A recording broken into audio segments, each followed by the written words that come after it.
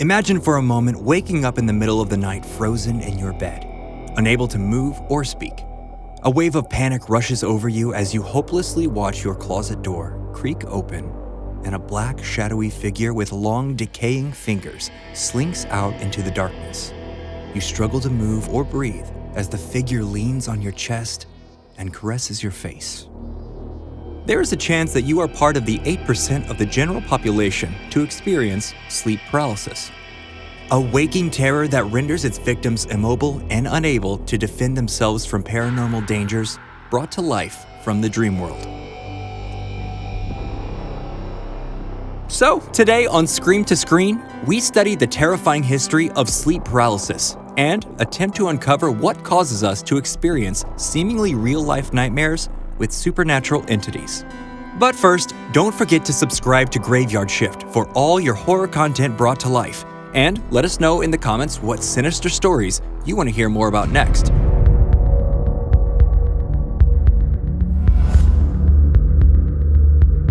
Sleep paralysis is a state in which a person who is either falling asleep or waking up becomes aware but unable to move or speak.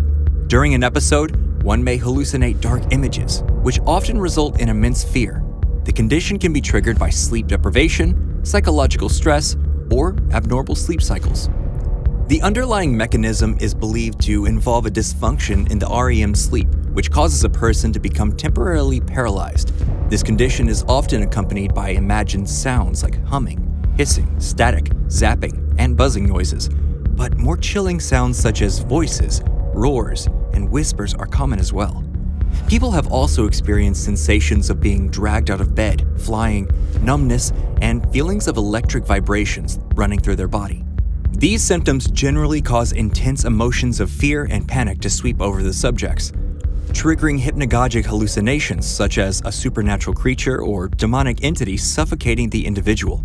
Many patients who have experienced a feeling of pressure on their chests and difficulty breathing also described scenes of a demon or some sort of succubus sitting on top of and incapacitating them. The original definition of sleep paralysis was codified by Samuel Johnson in 1755 in his book A Dictionary of the English Language as simply nightmare. And the concept itself dates back even further. Pretty much since the beginning of time, there has been evidence of sleep paralysis experiences. From ancient Mesopotamia to the Roman Empire, it was common knowledge that a demon known as the incubus was responsible for your bad dreams. Originating from the Latin to sit on, the incubus sat on top of your chest, inducing horrifying dreams and physical immobility. This makes it the first documented explanation of sleep paralysis. The term mare in nightmare dates back to the Old English name for the incubi, Mara, or crusher. Not quite a demon, a Mara is a person with magical attributes who rides their victim for the pleasure of pure wickedness. In subsequent centuries, the understanding of the Mara morphed into the myth of the night hag, a generic name for a folkloric creature used to explain the phenomenon of sleep paralysis. A common description of a night hag includes a person feeling the presence of a supernatural and malevolent being, immobilizing their victim as if standing on their chest. This phenomenon goes by many names depending on the culture.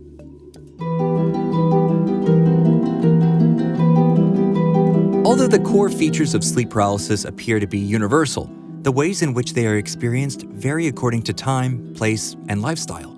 Outside of night hag, over 100 terms have been identified for these experiences, with some scientists even using it as an explanation for reports of paranormal phenomena, such as ghost sightings, alien abductions, and demonic possessions. In Cambodia, sleep paralysis is known as the ghost who pushes you down, and entails the widespread belief that experiences are dangerous visitations from deceased relatives. According to studies, culture plays a major factor in shaping sleep paralysis. When it is interpreted through a particular culture filter, it may take on greater salience. For example, if a certain group fears sleep paralysis, this could lead to a conditioned fear, and thus worsen the experience and lead to a higher rate of frequent occurrence.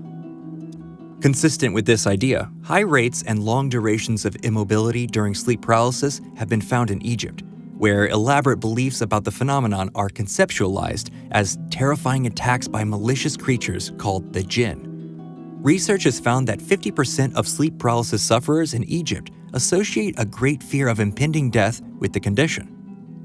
Meanwhile, studies in Denmark, a culture that simply chalks sleep paralysis up as an odd psychological event, show overall shorter episodes of sleep paralysis, and only 17% of people who suffer from it fear death.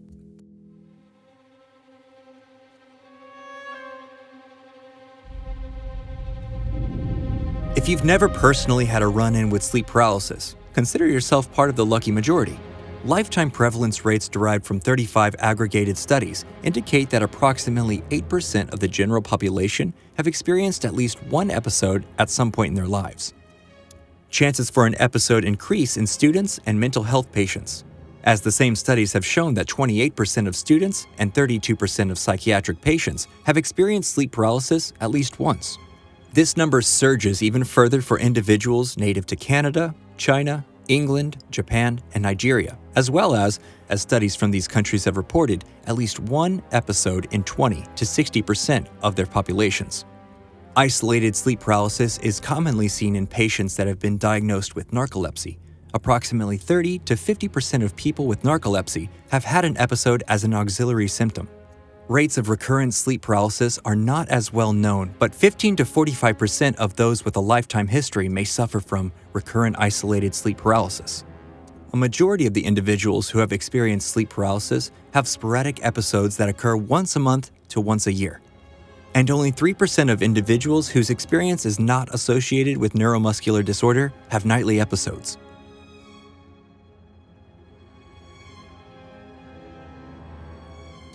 The pathophysiology of sleep paralysis has not been concretely identified, but there are several theories about its cause. The first of these stem from the understanding that sleep paralysis is a parasomnia resulting from dysfunctional overlap of the REM cycle and waking stages of sleep. Research has found a genetic component in sleep paralysis. The characteristic fragmentation of REM sleep, hypnopompic, and hypnagogic hallucinations have a heritable component in other parasomnias, which lends credence to the idea that sleep paralysis is also genetic. Twin studies have shown that if one half of identical twins experiences sleep paralysis, then the other half will likely experience it as well. The identification of a genetic component means that there is some sort of disruption of a function at the physiological level.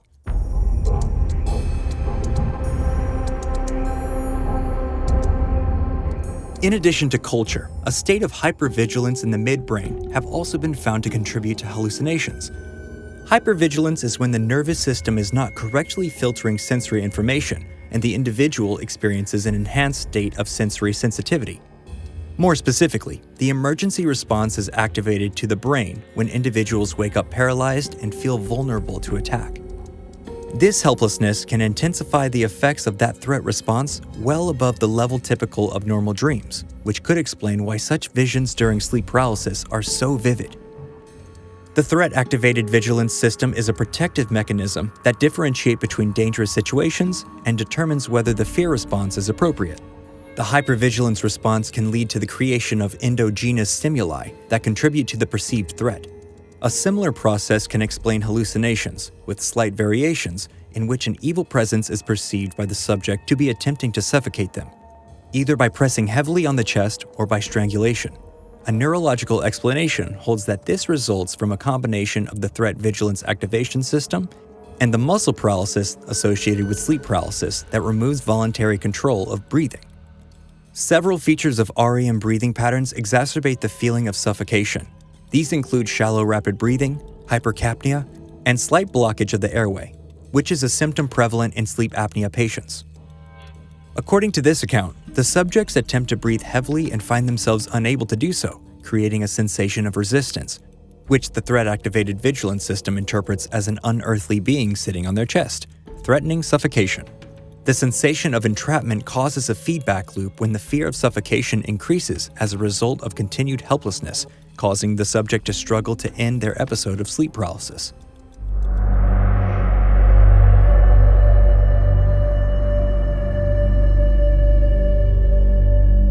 When thinking of sleep paralysis in pop culture, the films Mara and Dead Awake comes to mind, along with the broke-neck lady in the first season of The Haunting of Hill House. But the list doesn't stop there. Dozens of movies, television series, and short films by aspiring horror filmmakers have used sleep paralysis as a plot device for obvious reasons. A first-hand experience doesn't require a whole lot of imagination to recreate a terrifying scene on a big screen. Such is the case with the 2015 documentary The Nightmare, which discusses the causes of sleep paralysis as seen through extensive interviews with participants. The testimonies discussed are reenacted to show a glimpse of the horror experienced by the unfortunate subjects. In synopsis, the documentary proposes that such cultural phenomena as alien abduction, near-death experiences, and shadowy people can, in many cases, be attributed to sleep paralysis. So, how about you? Have you ever lived through the waking nightmare of sleep paralysis? What was your experience like? What did you see? If you or anyone you know has a personal story about sleep paralysis, we want to hear about it in the comments. Tell us all the haunting visions that kept you frozen in terror. Remember to like and subscribe to Graveyard Shift for all your favorite horrifying content. Leave a comment to let us know what terrifying realities you want to learn about next. And, as always, follow us next time to find out what makes you scream to screen.